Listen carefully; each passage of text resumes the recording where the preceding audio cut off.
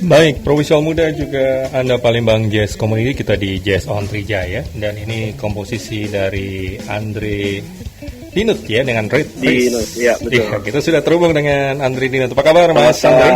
Baik, Mas, apa kabar juga? Oke, kita sebelum ngobrolin untuk album solonya. Baik. Mungkin teman-teman di Palembang pengen tahu dulu sebetulnya flashback dulu ya. Emang dari kecil nih si Andri ini udah main gitar atau gimana tuh awal mulanya? Aku telat main gitar tuh baru mulai SMP Mas, kelas 1, kelas 2 baru mulai genjreng-genjreng. Itu emang dari keluarga pemusik atau gimana sebelumnya Andri? Enggak, kebetulan bapak tentara, jadi nggak ada background musiknya sama sekali gitu. Jadi saya sendiri belajar, lalu pas SMP pertama kali belajar gitar sama Rido Hafid atau Rido Slang. Gitu ya. Gitu. Oke. Jadi waktu itu memang sama Rido Slang dan sama otodidak atau kemudian les khusus gitar khusus atau gimana Andri? Aku sempat kuliah. Kuliahnya waktu itu di Pelita Harapan, kuliah musik, jurusan musik juga. Oh, kuliah jurusan musik gitu ya. Oke. Gitu. Nah, kalau boleh tahu emang dari awalnya udah gitar terus ya sampai sekarang gitar gitu atau kadang-kadang kan ada seorang musisi yang berubah-ubah gitu ya? Oh ya, sampai sekarang alhamdulillahnya gitaran terus Mas, kebetulan bisa sedikit-sedikit piano Oke. Gitu. Jadi tapi main instrumennya gitar sih. Pada majornya gitar. Oke. Nah, kalau boleh tahu intensitasnya sebetulnya lebih banyak ke jazz itu ada satu sebab khusus apa misalnya? Enggak sih, tapi karena saya demen musik, maksudnya demen musik apa aja ya. Dulu kebetulan awal-awal main saya suka rock gitu ya dan blues gitu. Lalu ke CD-CD-nya demen influence dari musik jazz juga gitu. Jadi campur-campur Mas, karena di jazz juga harmoninya banyak, lalu bisa saya mencoba memfusikan gitulah. Gimana dari rocknya ada, lalu dari influence jazznya juga ada gitu, seperti itu. Kalau gitu. saya lihat sih sebetulnya kan kamu banyak session player artis-artis ya kayak Glenn Fredly, Rio Febrian, Sandi Sundoro, Andi Rianto, Erwin Guta, Afgan, bahkan Marcel Rosa banyak gitu. Itu awal mulanya gimana tuh? Akhirnya awal mulanya kebetulan ya dulu aku main sama Indro Hadjidikoro waktu itu, ketemu Indro Hadjidikoro. Lalu dari main sama Mas Indro kebetulan kenal juga dengan Pak Pati waktu itu.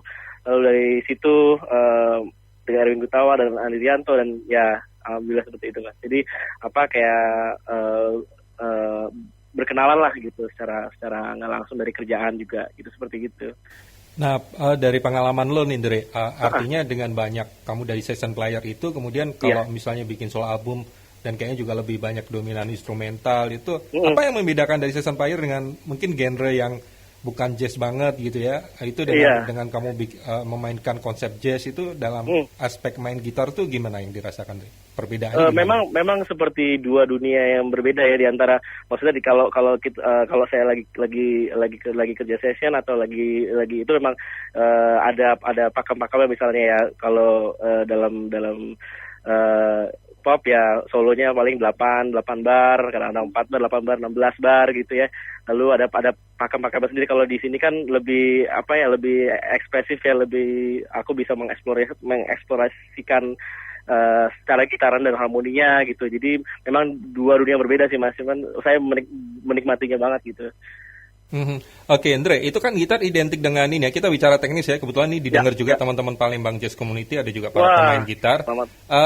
Itu kalau gitar kan kadang pakai efek-efek gitu. Nah, itu apakah beda ya efek yang kamu gunain? Misalnya kamu waktu bikin rekaman album solo dengan kamu misalnya jadi session player buat pemain penyanyi-penyanyi misalnya Sandy Sundoro, Rio Febrian, itu beda atau gimana? Memang Mas, kalau kita bicara secara teknis ya, kalau aku boleh share itu, kalau misalnya kayak Sandi itu lebih raw dia sukanya. Jadi aku lebih memilih karakter misalnya overdrive-nya yang lebih raw juga. Kalau Glenn itu mungkin lebih agak all round, jadi lebih bisa overdrive dan distorsi gitu dan semacamnya. Kalau misalnya di album solo ini ada juga fuzz, ada distortion, ada overdrive, ada banyak macam gitu. Jadi lebih paletnya lebih besar lah gitu. Oke, Andre, sekarang kita fokus ke album kamu ya. Karena kan kadang-kadang gini ya, suka musisi itu karena ngejob terus tuh lupa mendokumentasikan karyanya gitu. Jadi akhirnya dia lupa mendokumentasi. Ini ada apa di balik itu? Artinya misalnya ada apa, emang udah terpacu, wah gue kudu mesti bikin album memang solo gue album waktu gitu. itu agak memang betul kata Mas juga, kalau misalnya apalagi kerja session gitu atau bantu-bantu kadang suka terdistract gitu ya, suka oh iya deh ntar deh gitu. Memang saya udah lama pengen bikin album ini, cuman aduh ntar deh dan juga kadang-kadang ada keraguan apa lalu kebetulan waktu itu yang manas-manasi ada Mas Bujana juga, lalu Tafati juga, lalu Mas Baron juga waktu itu, ayo dong bikin dong, ayo udah kayak saat lagi kapan lagi ya udah deh. Akhirnya aku fokus bikinnya deh, ayo sekarang harus jadi ini gitu. Dan mereka sangat support gitu ya, manas-manasin lah istilahnya secara positif gitu ya. Ya alhamdulillah jadi tanggal 25 Juni tahun lalu gitu. Itu persiapannya gimana tuh? Itu emang dicicil, misalnya lo nyiptainnya atau gimana sebetulnya? Iya, ada yang dicicil, ada yang lagunya yang dicicil, lalu ada juga ada yang bikin baru juga, maksudnya bikin pada saat itu ada yang kebetulan bikin beberapa udah jadi. Lalu saya sempat karena waktu tahun pas pembuatannya itu ibu saya pass away, jadi sempat agak tertunda juga. Pending lalu gitu pas, ya? Ya waktu ibu saya meninggal, jadi ada sempat blanknya juga, jadi sempat tertunda. Lalu ada satu lagu di album itu juga yang saya khusus bikin buat ibu juga gitu. Jadi ada yang baru, ada yang udah nyicil juga lama gitu, lagu-lagu lama, ada yang udah masih yang fresh, yang baru, ada yang instan, ada yang instan juga yang di studio bikin langsung gitu. Jadi campur-campur Mas. Semuanya. Proses penciptaan sebuah komposisi atau lagu itu kan setiap musisi beda-beda nih, Andre. Kalau kamu sendiri ini gimana? Apa mungkin not partiturnya dulu dapet gitu kan, kemudian baru berlanjut ke aransemennya atau gimana? Atau beda-beda tiap lagu? Kadang-kadang ada beberapa lagu, maksudnya kalau aku kadang-kadang dapat dari riff gitu dulu. Misalnya di albumku ada yang kayak Out of Nowhere sama Vivinco itu dapat riffnya dulu tuh, ada kebayang melodi itu, oh ada melodi enak nih kayak gini, dapat itu. Ada juga yang memang melodi komposisinya dapat duluan, seperti yang di Here to Stay yang saya duet dengan Didit violin tuh, itu dia aku dapat melodinya dulu gitu, seperti itu. Kadang-kadang ada juga cuman kayak Red Race nih ya, Red Race tadi tuh ritmenya dulu gitu, jadi banyak macam sih Mas. Oke. Nah, itu proses produksinya, rekamannya gimana? Track by track atau live recording atau campuran atau gimana? Ada yang semi live ya, yang kayak Red Race itu semi live, yang Out of Nowhere juga semi live. Lalu Here to Stay itu lebih overdub ya. Here to Stay, Vivinco itu karena kan banyak, jadi waktu itu aku mengeksperimen banyak layer kayak akustik, lalu ada elektriknya di belakang, lalu ada lagi satu dengan misalnya pakai strat, lalu di layer lagi pakai holo gitu di solonya gitu, seperti itu. Ya, ini album dikasih label atau judul namamu juga ya, Andre Ninut ya, kalau judul karena album pertama. Oke. Nah, yang menarik kalau nggak salah, mungkin kalau saya salah nanti dikoreksi, bahwa ini ada di album kamu ini menyisipkan ini ya, sejumlah elemen tradisional seperti alat musik khas Indonesia bagian timur ya, kayak Maluku, Papua, Tifa gitu ya. Kebetulan saya ada dari timurnya juga, dari NTT, dari Kupang, jadi mau ngisipkan elemen Tifa di lagu Out of Nowhere itu. Jadi ada beberapa, sama di Vivinco juga ada perkusif timurnya juga gitu. Tifa yang mainin Jos Tanasali. Iya, Bung Joji Tanasali, betul. Kalau boleh tahu Tifa itu seperti apa ya? Munculnya soalnya itu seperti apa ya? Tifa itu seperti kayak gendang gitu, Mas. Lalu Oke. Aku tapi khas Maluku, Papua gitu ya. Kendang tapi khas Maluku, Papua gitu ya. Lebih dof dia, suara bung-bungnya itu lebih dof. kebetulan aku udah bikin ada YouTube-nya, aku di YouTube channelku lagu itu juga dengan Tifa. Jadi kalau misalnya penasaran boleh dilihat di situ ada Tifa. Oke.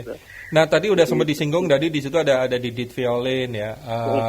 Kemudian juga ada pemainan piano sentase Alvin Lubis dan Irfan Simanjuntak ya. Lalu juga Aditya Pratama pada bass, Aditya Pratama Simak Dialog di pada bass, lalu ada Mas Indro Harjudikoro juga. Ada Niki Manuputi juga ya kalau nggak salah ya. Niki Manuputi juga ada pada lagu 901 dia menyumbangkan saxophone altonya di situ juga. Kalau tadi aku udah karena aku baru dapat 3 lagu tadi, tapi udah aku dengerin semua nih tadi yang 901, kemudian Vivin Coast, Dan sama tadi Red Race itu kayaknya ini ya beda-beda ya, kayaknya mungkin dari 10 track itu ada yang ada cenderungan masukin rock, progressive, fusion, jazz atau gimana? Iya memang iya, jadi karena seperti album ini aku kayak portfolioku gitu dan kesukaanku dengan berbagai macam elemen gitu. Jadi di dalam itu mungkin ada beberapa yang satu yang lebih kayak jazz rock, atau yang lebih ke fusion jazz, atau yang lebih kayak classical rock gitulah seperti itu. Tapi pada intinya di dalam secara teknis ya bending itu kok aku suka bending gitu tetap ada tuh di setiap track itu adalah garis merahnya gitu. Jadi yang mungkin di album ini lebih kayak fusi dari berbagai jenis musik kali yang aku demen gitu. Oke. Nah, kalau bicara ini kita masih bicara track by track dari komposisi lagu kamu ya. Kadang-kadang kan ada pertimbangan ya unsur komersil gitu ya, sehingga kadang-kadang nyisipin lagu yang ada vokalnya. Kalau kamu nih 10 track instrumental semua. Itu betul, Mas. Emang ya udah pokoknya aku berkarya, ini terserah publik nerimanya gimana gitu atau gimana tuh? Iya, memang dalam pikiranku karena ini album pertama, lalu juga memang aku nggak terlalu mikirin dari sisi, maksudnya ya pasti ada secara bisnis ya penjualan atau apa, cuman ini lebih pengen inilah idealis lah, maksudnya idealismeku yang di luar orang lihat seperti biasanya kalau aku main pop atau main sama teman-teman penyanyi gitu, ini yang lainnya gitu. Dan pengen mengeksplorasi tanpa terikat misalnya katakanlah lirik atau batas apa gitu ya. Jadi benar-benar eksplorasi gitarnya gitu Mas, sebetulnya seperti itu. Oke. Jadi di album kamu yang senama dengan nama kamu Andri Denut ini ada 10 komposisi. Nah, kita bicara per komposisi ya. Misalnya tadi Red Race kan dominan kayaknya progresif distorsi rocknya, gitarnya cenderung ini gini ya. Dominan gitu ya. Kenapa? Distorsi rocknya cenderung dominan gitu ya, jazz rock gitu ya untuk di Red Race gitu ya. Kalau yang di 901 ini yang ada tiupan saksofonnya ini Kimano Putih ya. Betul. Itu mungkin konsepnya sebenarnya lebih ke fusion atau gimana? Iya, lebih ke jazz fusion ya. Lebih ke jazz fusion. Jadi seperti tetap ada nuansa popnya, pop rocknya, tapi progresinya lebih jazzy fusiony gitu. Kalau Vivinco Dance itu apa? Oh sebentar, sorry, saya agak tertarik. Kok di judulnya 901 itu apa pertimbangannya, Andre? Ya mungkin pada angkanya lucu aja Mas 901. Pasti semua pada nanya sih. Oke gitu ya. Oke, karena judul-judul lagunya ini agak unik gitu ya, mudah diingat kayak Vinco's Dance ini kenapa ini? Ya ada, jadi itu mungkin ada dapatnya idenya itu. Ya idenya bayangannya jadi ada seseorang lah gitu. Jadi bayang seseorang gitu, terus kalau dia lari nih seperti ini gitu, dapat melodinya ini gitu, seperti itu. Jadi kayak inspirasi lah. Kadang juga judul juga bisa membuat inspirasi komposisi. Kalau Mas Indro ada di komposisi yang mana ya, Andre ya? Mas Indro ada di Red Race. Red Race tadi. Okay. Tadi yang solo Indro Harjudikoro, ada juga di Southern Departure di track nomor 2. Oh, di track nomor 2 ya. Iya. Oke, kalau yang 901 sama Vivinco Dance ini penonjolannya sebenarnya udah jelas ya, di 901 ada Niki Manuputi gitu. Iya, kalau di Vivinco Dance ini gimana, Andre? Di Vivinco lebih kayak aku lebih condolin nuansa kalem damai gitu dari balut selimutnya tuh lebih warm gitu suara tracknya gitu. Jadi lebih kalem. dan nggak terlalu banyak, nggak ada distorsi, malah di situ lebih akustik sama solo semi hollow. Okay. Gitu. Ini karena memang udah temenan atau cocok aja kamu menganggap bahwa cocok dengan konsep musik kamu sehingga kamu memilih Didit, Viole, Niki, Alvin Lubis, Irwan Simanjuntak tuh emang karena udah temen deket atau berdasarkan konsep musik? Nah ya kebetulan karena udah sahabat lama juga dan memang waktu itu aku udah kepikiran ini yang ini di sini gini gitu, jadi udah kepikiran ini cocoknya Didit misalnya, atau cocoknya waktu itu Niki, ini pasti Niki cocok seperti itu. Dan kebetulan kalau aku sama Niki kan udah di band Glenn udah hampir lama ya Mas, maksudnya jadi udah tahu karakter dia gitu. Dan Mas Indro juga, ini cocok nih Mas Indro sih gitu seperti itu. Nah, kalau dibilang setiap musisi pasti punya ya pengennya 10 track itu bagus semua, tapi sebetulnya ada experience, ada satu lagu yang paling mungkin karena publik dengan kamu sendiri kan mungkin beda ya. Publik suka misalnya lagu yang track berapa, tapi kamu sendiri mungkin punya pengalaman atau sesuatu yang mendalam banget gitu ya terhadap komposisi yang mana. Itu kalau kamu sendiri gimana, Tundri? Iya, kalau saya sendiri sih di Something to Remember itu memang khusus saya bikin waktu itu buat almarhumah ibu. Jadi waktu itu yang ada ini ya, historinya banget gitu ya. Iya, ada histori banget gitu. Maksudnya pengen bikin komposisinya refleks kalau kita bagaimana kita kepada nggak hanya ibu, maksudnya orang yang terdekat yang kita sayangi gitu. Look up, jadi nggak hanya bisa mengingat gitu atau apa. Jadi sangat dalam sih itu Mas. Waktu itu bikinnya pas lagi proses setelah almarhumah ibu itu pergi, di dalam proses pengerjaan kembali album itu masih ada sisa 2 lagu lagi ya. Aku bikin satu khusus buat almarhumah gitu. Ya, ini kadang-kadang kalau musik jazz itu kan identik dengan improve gitu ya, juga mood gitu ya. Kan kamu tadi bilang recordingnya ada yang semi live, ada yang dub, ada track by track, itu mensiasati itu gimana tuh ya, Andre ya? Nah itu saya cukup ada beberapa lagu yang memang jadi dalam waktu bikinnya itu saya udah tahu nih kayak yang kecuali yang kayak Reprise gitu ya atau Southern, itu yang lain tuh lebih kayak ini cukup nih sekitar 8 bar atau 16 bar, lalu udah tahu tuh pakem-pakem, jadi udah kebayang tuh Mas pagar-pagarnya di mana gitu. Nah itu seperti itu sih. Kalau memang kalau kita bicara kalau improvisasi jazz kan kadang nggak seperti itu gitu ya. Maksudnya lebih bebas, lebih free. Tapi yang khusus ada yang berapa lagu itu di dalam komposisi itu udah aku bayang pagarnya seperti itu. Gitu. Okay. Mungkin nanti di album kedua lebih eksplorasi lagi yang Oke, Andre, itu sebetulnya itu misalnya live gitu ya, itu beda dengan recording nggak? Kalau live itu emang kamu harus nyiapin partitur not-notnya dulu ke teman-teman yang lain, nanti beberapa bagian tuh bisa diimprove atau gimana teknisnya, Andre?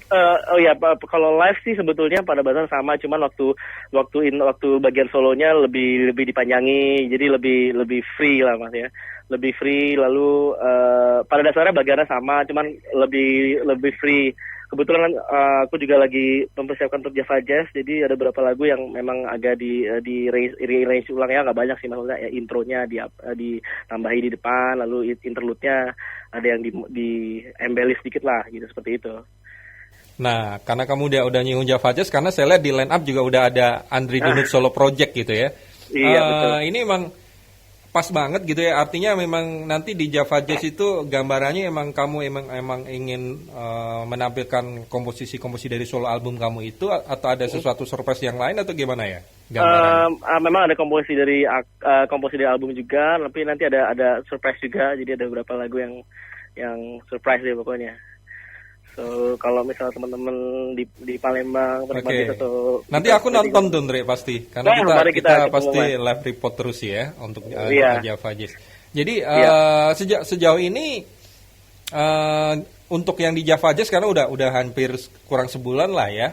Karena 678 kan itu nanti kebetulan aku juga main di Java Jazz on the Move-nya bulan ini tanggal 8. Oke, itu dengan personil apa kalau live tuh, Andre? Teman-teman yang diajak siapa tuh ya? Teman-teman yang ngisi album juga, ada Yandi Ando Putra pada drum, lalu ada Aditya Pratama yang ngisi bass. Oh, drumnya si Yandi ya?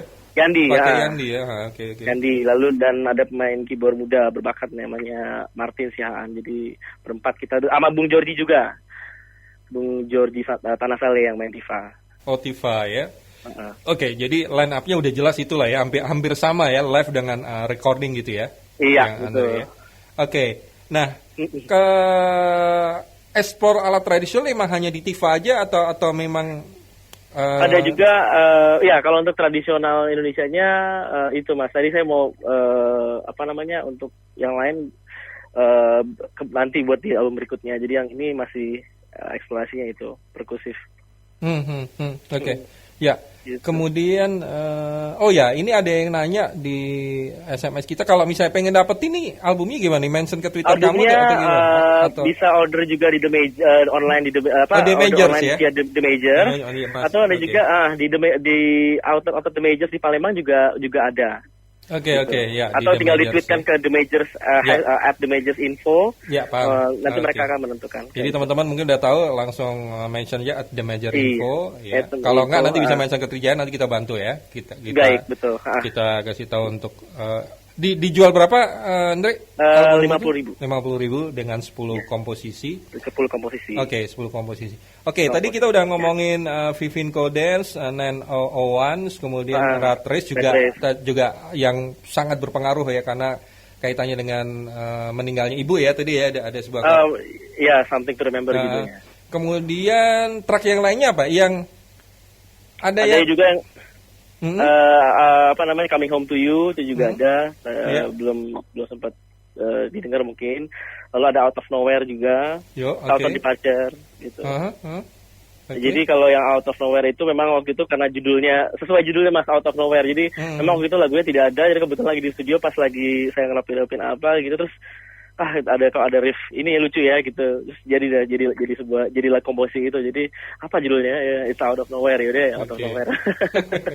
Oke, nah ini ada beberapa yang nanya, ini lebih ke teknis ya, mungkin bisa kasih tips cara kita nih. Ini sebetulnya kalau untuk main gitar, fingering yang bagus, kemudian pemilihan efek, kemudian bagaimana untuk kita bisa main gitar lebih ke genre jazz yang bagus, itu pengalaman kamu mungkin bisa di-share ke pemain-pemain gitar Palembang gimana? Iya, kalau aku boleh share sih, kalau untuk masalah teknik sih kalau bisa latihan fingering, picking itu tiap hari ya, kalau sempat sih tiap hari, nggak usah banyak-banyak, masih ya minimal sejam tiap pagi atau tiap sore, tiap malam gitu latihan dengan metronom atau pakai drum machine itu sangat membantu. Aku pun terbantu dari situ gitu ya, konsisten itunya. Lalu kalau untuk pemilihan efek tergantung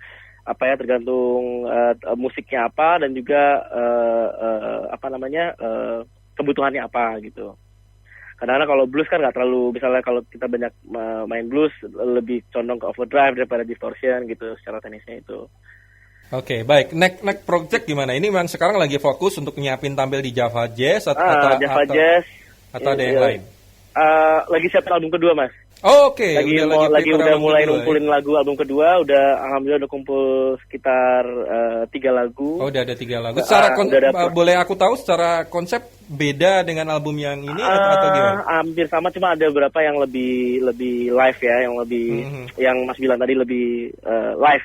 Mungkin ada beberapa track yang komposisinya kita rekam live, lebih seru, biar lebih seru gitu. Mungkin surprise-nya salah satu lagu barunya tampilkan di Java aja sekali ya. Bisa juga, ide bagus Mas, ide menarik juga, boleh juga, saya belum kepikiran tuh. Ada juga yang cuma ada juga yang hanya akustik gitar doang tanpa ada apa-apa. Sekarang lagi musim minimalis ya soalnya ya. Lagi musim gitu. Mas Ija juga sama Robert Mulyo juga bikin minimalis. Iya, dia bikin duo ya. Minimalis juga. Oke, yang terakhir nih Indre ya, sebelum aku putar lagu 901 dan Vivin Codens, ini kalau buat kamu sendiri, sebetulnya apa yang sebetulnya pengen bener-bener kamu tuh bisa lakuin, kamu itu tuh bisa terwujud ya, itu sebenarnya apa? Tapi yang sampai sekarang tuh belum gitu loh. Apa tuh Indre? Apa ya, saya juga bingung loh. Tunggu, saya lagi mikir juga apa ya? Kan pasti ada banyak kan keinginan apa yang paling sebetulnya gue paling pengen tuh, misalnya album gue itu pengen kolaborasi dengan siapa, atau gue pengen show tunggal atau gimana gitu. Banyak banget sih, maksudnya ya satu-satu dulu deh Mas, kalau saya sih jadiin dulu, ntar kalau di jalan ada ini kepikiran apa. Banyak tuh kolaborasi, banyak banget, pengen banget ini, pengen banget itu gitu. Tapi kadang-kadang ntar lupa lagi kerjain lagunya. Oke. Kalau sebagai season player tetap jalan ya. Itu Iya, jalan ini terus. kebetulan Ya. mau ada konser, insya Allah tanggal 14 Februari ada konser Afgan. Aku Oke. bantuin. Dan kemarin kalau nggak salah kan Sandi Sundoro mampir ke Trijaya, kamu juga ikut Oh iya, main kan? nah saya nggak ikut, cuma saya lagi hunting foto kemarin. Nah, lagi hunting foto tuh kemarin. Aku tahunya dari Twitter loh. Ternyata si Adri ke Palembang juga, cuma yang mampir ke Palembang. Trijaya cuma si Sandi Sundoro ya. Iya, waktu itu Sandi yang interview ya. Oke lah Andre, thank you banget sudah ngobrol dengan kita Mas. di Jazz on Trijaya.